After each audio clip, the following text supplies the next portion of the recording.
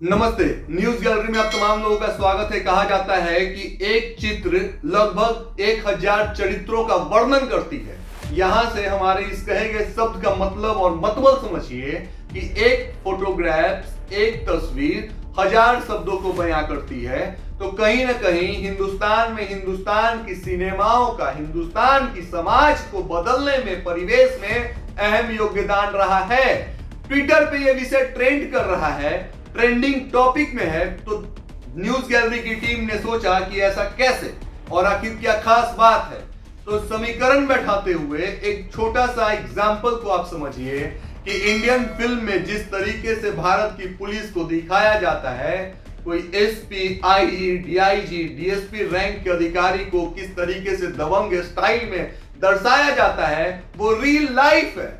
लेकिन हिंदुस्तान में काम करने वाले नौकरशाह अगर उस पे 5% भी अमल करें तो यकीन मानिए कि वो रियल लाइफ से रियल लाइफ में तब्दील करेंगे। तो इसका अंजाम और अंदाजा क्या होगा। फिल्मों में बताया जाता है कि पुलिस के आला अधिकारी शूट एंड साइट करते हैं, फैसला ऑन स्पॉट करते हैं। क्या रियल लाइफ में ये आदेश, ये पैमाना और ये नजरिया सही है? यहां से आपको सोचना और समझना चाहिए कि किस तरीके से हिंदुस्तान की सिनेमा ने हिंदुस्तान की जनता को, समाज को बरगलाया है। मैं इतने बड़े शब्दों का प्रयोग इसलिए कर रहा हूं क्योंकि हिंदुस्तान में 1950 के बाद से 2021 तक बीते 71 सालों में हिंदुस्तान की सिनेमा ने बहुत कुछ देखा, महसूस किया, जनमत को बदलाव के लिए अग्रसर किया।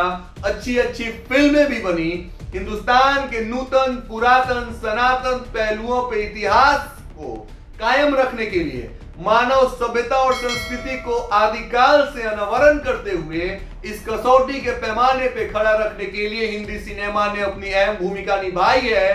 तो समाज, सांप्रदायिकता, प्रभुता, अखंडता को तोड़ने में भी हिंदी सिनेमा की जिम्मेदारी है।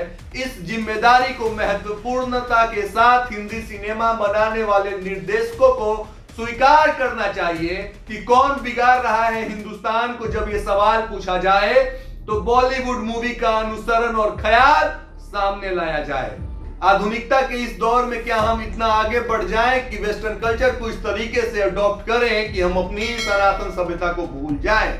अब पूछा जाए कि आखिर ये सिलसिला, ये नजरिया, ये दृष्टिकोण पैदा हुई तो हुई कहां से, दिया तो दिया किसने? आधुनिकता के इस दौर में वेस्टर्न कल्चर में बाप बेटे एक साथ बैठकर एक टेबल पे जाम छलकाते हैं। हिंदुस्तान के कौन से सनातन धर्म में कहा गया है कि जाम छलकाने के लिए रिश्तों को तार तार किया जाए और एक साथ एक टेबल पर बैठकर मजमा लगाया जाए और उसकी मजलिस में चर्चा किया जाए? इन तमाम चीजों को कसौटियों पे खड़ा रख के सोचना और समझना चाहिए कि अगर ऐसी फिल्में बन रही है तो देखने वाले ऑडियंस इन फिल्मों का बाइकॉट क्यों नहीं करते। अगर वो बाइकॉट नहीं करते तो इसका मतलब ये है कि जो ऑडियंस है उनकी इन फिल्मों में रुचि है और निर्देशककार और फिल्मकार उनके इस रुचि और जागृति को जिंदा रखने के लिए, पैसे कमाने के लिए इस तरीके की फिल्में परोस रहे हैं। तो कहीं ना कहीं कमी सिर्फ और सिर्फ फिल्मकार और निर्देशक की नहीं होनी चाहिए, उन तमाम ऑडियंस और जनता की होनी चाहिए जो हिंदुस्तान की अखंड विरासत से ताल्लुकात रखते हैं। हिंदुस्तान को तोड़ने में कहीं ना कहीं इनका भी हाथ नजर आता है और दिखता है। सवाल इनसे भी पूछा जाना चाहिए। कार्यक्रम अच्छा लगे तो इसे लाइक, शेयर, सब्सक्राइब जरूर करें। धन्यवाद।